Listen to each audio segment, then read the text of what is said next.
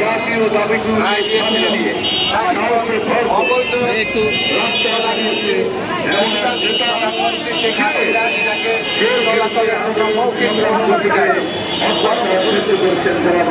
সেটা শুধুমাত্র বলিতে বলিতে পরবর্তীতে মাননীয় হাইকোর্ট আরো 1 মাস তাদেরকে এখান থেকে সরাসরি যাওয়ার জন্য সময় দিয়েছিল, তা অনেক আগেই শেষ হয়ে গেছে। আমরা বলতে চাই বর্তমান সরকারকে আমরা আগামী 13 এবং 14 তারিখে ধর্মঘট ডাক দিয়েছি।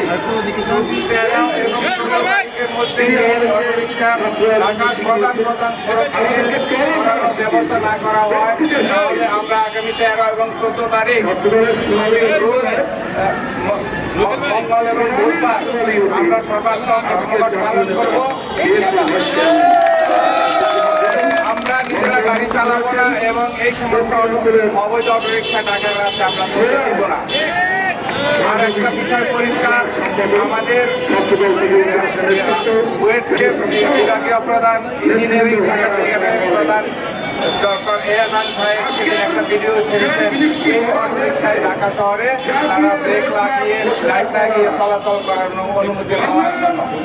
আমি ডক্টর এজানকে পরিষ্কারভাবে বলতে চাই, আমাদের এই বৈধ গাড়ি আপনি মেয়াদ বাড়ান নাই, আপনি টাকা দিয়ে আমাদের গাড়ি তখন মেয়াদ বাড়িয়ে করে দিয়েছেন। এখন অবৈধ অটোরিকশা ঢাকায় চলানোর টাকা দিয়ে আপনি অবৈধ অটোরিকশা চালানোর পায়তারা করতেছেন। আমরা আপনার সেই পায়তারা সাকসেস হতে দেব না। আমরা প্রয়োজনে বুয়েট এবং ডক্টর এহসানকে ঘেরাও করবো।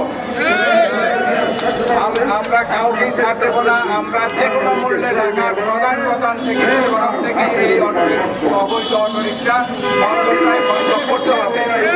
অলরেডি পুলিশ 1,000-এর উপরে অবৈধ অটোরিকশা ধরপাকড় করেছে, তারা চলাচল বন্ধ করেছে।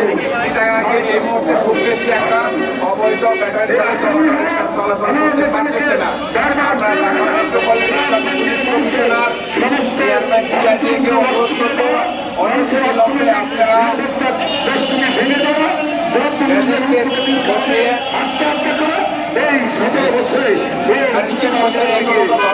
মাধ্যমে ঢাকার প্রধান সড়ক থেকে এখানে সরানোর ব্যবস্থা করেন।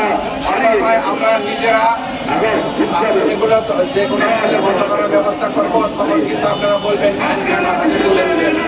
আমরা আইন হাতে তুলে নিতে চাই না।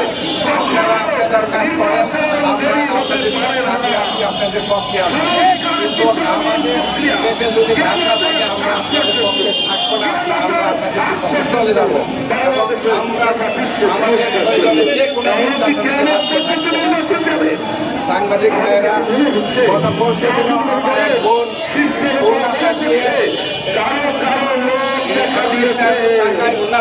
গলায় ফাঁসি মারা গেছে। সবচেয়ে বড়